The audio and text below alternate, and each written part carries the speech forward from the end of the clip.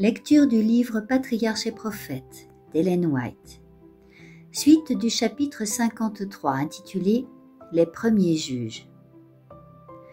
Pour anéantir la puissance des ennemis d'Israël à Jéricho, Dieu avait fait sonner la trompette par l'armée de Josué. Autour du camp madianite, ce fut par la petite troupe de Gédéon. Privés de la puissance et de la sagesse, les plans les mieux établis échouent, tandis que les plus médiocres, accompagnés d'humilité et de foi, réussissent. Si son peuple possédait une véritable humilité, Dieu pourrait opérer en sa faveur d'une façon prodigieuse. Mais ils sont peu nombreux, ceux auxquels il peut donner de grandes responsabilités et des succès remarquables sans qu'ils deviennent orgueilleux et suffisants. Voilà pourquoi, en choisissant des instruments pour son œuvre, Dieu laisse de côté les hommes que le monde estime grands et dont il admire les talents. La confiance en Dieu et l'obéissance à la volonté divine sont essentielles dans les luttes spirituelles du chrétien comme dans les batailles. Dieu est tout aussi disposé aujourd'hui que dans le passé à collaborer avec son peuple et à faire de grandes choses par de faibles instruments. Tout le ciel est prêt à répondre aux appels adressés à la sagesse et à la force d'en haut et à faire infiniment au-delà de tout ce que nous demandons et pensons. Gédéon revint de la poursuite de l'ennemi pour recevoir des reproches de ses compatriotes. Lorsque, à son appel, les hommes d'Israël avaient rebroussé chemin pour poursuivre les Madianites, les Israélites, par crainte du danger, étaient restés en arrière et s'excusaient du fait que Gédéon ne leur avait pas envoyé de sommation particulière. Mais lorsqu'ils apprirent la nouvelle du triomphe d'Israël, ils furent vexés de n'y avoir point participé. Ils avaient cependant, sur l'ordre de Gédéon, gardé les gués du Jourdain, arrêté les fuyards, tué un grand nombre d'ennemis, notamment les deux chefs, Oreb et Zéeb, et par là contribué à la victoire. Non content de cela, bien que chargé de trophées, jaloux de Gédéon et irrité contre lui, ils l'apostrophèrent brutalement en ces termes. « Pourquoi as-tu agi ainsi à notre égard ? Pourquoi ne nous as-tu pas appelés quand tu es allé faire la guerre contre les Madianites ?» Sans tenir compte de l'intervention divine, il parlait comme si Gédéon avait agi de son propre chef. Ce fait, à lui seul, démontrait qu'il n'était pas digne d'être choisi comme instrument du Seigneur. Gédéon leur répondit : « Qu'ai-je fait en comparaison de vous ? Les grappillages d'Éphraïm ne valent-ils pas mieux que la vendange d'Abiézer ? Dieu a livré entre vos mains les chefs des Madianites, Oreb et Zéeb. Qu'ai-je donc pu faire en comparaison de vous ? » La jalousie d'Éphraïm aurait pu facilement engendrer une querelle suivie de violence. Mais la modeste réponse de l'homme de Dieu apaisa leur fureur, et ils s'en retournèrent chez eux satisfaits. Ferme et intransigeant lorsqu'il s'agissait de principes, ce vaillant guerrier manifesta en cette occasion un rare esprit de conciliation. De retour de cette brillante victoire, les Israélites reconnaissants offrirent la royauté à Gédéon et à sa famille. Cette proposition se heurtait au principe de la théocratie israélite et impliquait le rejet de Dieu comme roi d'Israël. La réponse de Gédéon montre la pureté de ses principes et la noblesse de ses mobiles. « Je ne régnerai pas sur vous, dit-il, et mon fils ne régnera point sur vous. » Mais un autre piège l'attendait, dans lequel il tomba.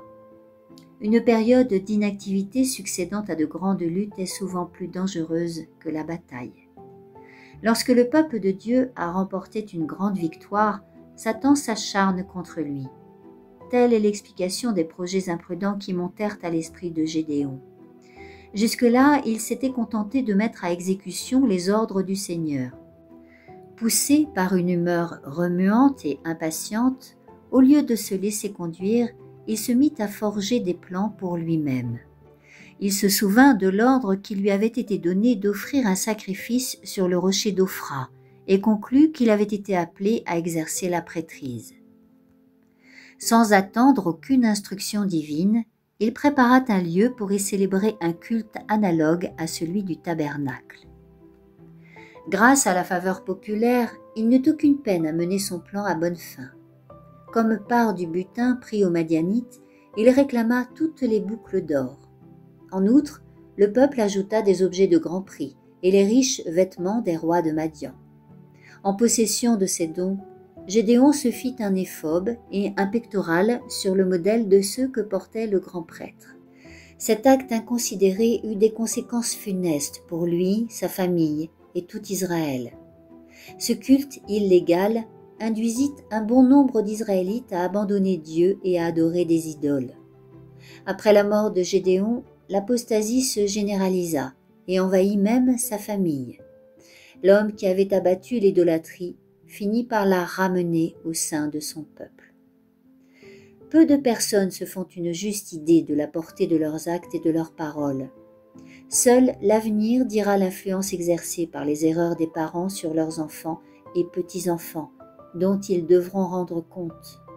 Il y a plus, nos paroles et nos actes produisent sur nous-mêmes des réactions bienfaisantes ou déplorables.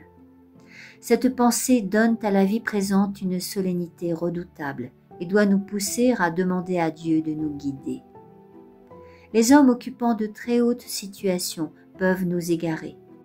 Les plus sages sont sujets à l'erreur et les plus forts peuvent trébucher. Il nous faut constamment recevoir la lumière d'en haut. Notre sécurité consiste à mettre toute notre confiance en celui qui a dit « Suis-moi ». Après la mort de Gédéon, les enfants d'Israël ne se souvinrent pas de l'Éternel, leur Dieu, qui les avait délivrés de la maison de tous les ennemis d'alentour, et ils ne témoignèrent aucune gratitude à la maison de Jérubal-Gédéon pour tout le bien qu'il avait fait à Israël. Le peuple oublia ce qu'il devait à son chef et libérateur, et choisit comme roi son fils naturel, Abimélec, qui, pour affermir son trône, assassina tous les fils légitimes de son père, sauf un seul. Les hommes qui abandonnent la crainte de Dieu s'éloignent rapidement des voies de l'honneur et de la vertu. Mais le sentiment de la miséricorde divine porte à la reconnaissance envers ceux qui, comme Gédéon, ont été des instruments de bénédiction pour leurs contemporains.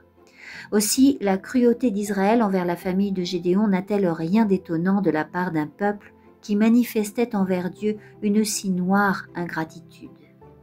Après la mort d'Abimélec, sous l'administration de juges craignant Dieu, les progrès de l'idolâtrie cessèrent pour un temps. Mais Israël retomba bientôt dans les pratiques des peuples d'alentour.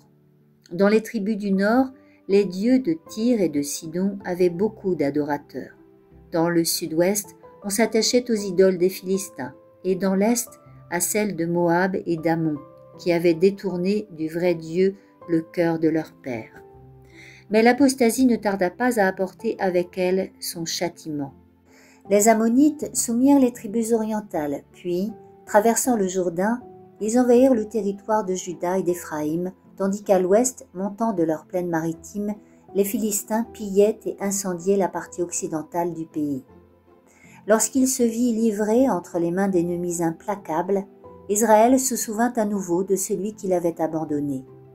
Alors, les enfants d'Israël crièrent à l'Éternel en disant « Nous avons péché contre toi, car nous avons abandonné notre Dieu et nous avons servi les Baals. » Mais ce repentir arraché par le malheur n'était pas réel. Le peuple déplorait que le péché lui eût attiré de si grands maux, mais non d'avoir déshonoré Dieu et désobéi à sa loi. La vraie conversion est plus que la douleur d'avoir péché. C'est une volte-face complète à l'égard du mal.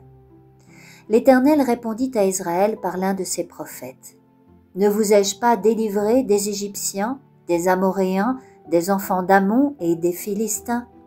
Lorsque les Sidoniens, les Amalécites et les Madianites vous ont opprimés et que vous avez crié vers moi, ne vous ai-je pas délivré de leurs mains? Mais vous m'avez abandonné et vous avez servi d'autres dieux. C'est pourquoi je ne vous délivrerai plus. Allez et criez au Dieu que vous avez choisi, qu'il vous délivre au temps de votre détresse. » Cette dernière parole qui dut frapper de terreur reporte la pensée à une scène encore future, celle du jour du jugement, où devront répondre tous ceux qui auront repoussé la miséricorde de Dieu et méprisé sa grâce. C'est devant ce tribunal que comparaîtront ceux qui auront mis les talents dont Dieu les avait gratifiés, temps, fortune, intelligence, au service des dieux de ce monde.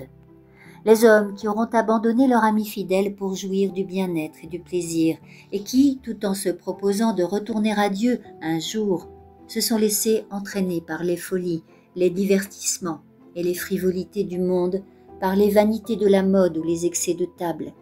Les hommes qui, sourds à la voix de la vérité, ont endurci leur cœur, endormi la voix de leur conscience et trahi leur devoir, qui, en un mot, ont fait fi des choses éternelles et du sacrifice de celui qui s'est donné pour l'homme perdu, récolteront ce qu'ils ont semé.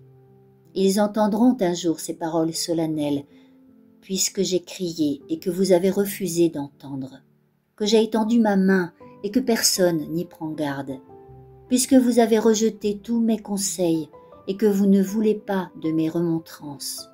Je me rirai, moi aussi, de votre malheur, quand la détresse et l'angoisse tomberont sur vous.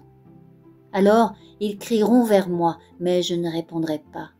Ils me chercheront de grand matin, mais ils ne me trouveront point, parce qu'ils ont haï la connaissance, et qu'ils n'ont pas choisi la crainte de l'Éternel, qu'ils n'ont pas pris plaisir à mes conseils, et qu'ils ont dédaigné toutes mes remontrances.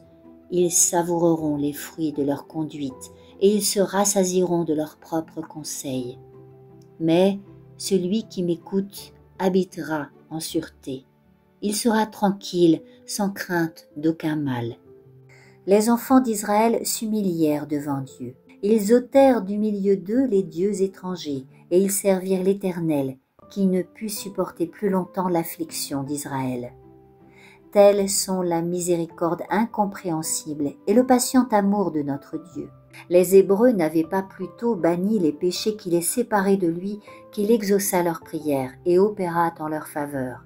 Il suscita un libérateur en la personne de Jephthé, le Galaadite, qui déclara la guerre aux Ammonites et mit fin à leur tyrannie après 18 ans d'oppression. Cette douloureuse leçon fut, hélas, bien vite oubliée, elle aussi. Le peuple se livra de nouveau au mal, et Dieu permit une fois de plus à leurs puissants voisins, les Philistins, de les opprimer. Les Israélites s'étaient mêlés à ces idolâtres. Ils participaient à leurs fêtes et à leurs cultes, au point qu'ils paraissaient s'être entièrement assimilés à eux, d'esprit et de cœur. Mais, brusquement, ces prétendus amis devinrent leurs plus implacables ennemis et cherchèrent à les exterminer par tous les moyens possibles. Durant bien des années, ils furent cruellement opprimés et par moments écrasés par cette nation belliqueuse. Comme à Israël, il arriva trop souvent aux chrétiens de vouloir gagner les bonnes grâces du monde en se conformant à ses coutumes. Mais ils finissent toujours par s'apercevoir que ces prétendus amis sont de très dangereux ennemis. Pour priver le peuple de Dieu de la protection divine et l'entraîner dans le péché et la perdition, Satan se sert de l'attrait des infidèles. Or, la Bible enseigne positivement qu'il ne saurait y avoir aucun accord entre le peuple de Dieu et le monde. Mes frères, ne vous étonnez pas si le monde vous hait, écrit un apôtre. Jésus avait déjà dit « Si le monde vous hait, sachez qu'il m'a haï avant vous. » Je t'invite à la suite de ce récit, au chapitre 54, intitulé « Samson » dans le prochain audio. Et si tu as apprécié ce récit, n'hésite pas à liker le petit pouce qui pointe vers le ciel afin de faire croître les audiences et à partager. Merci.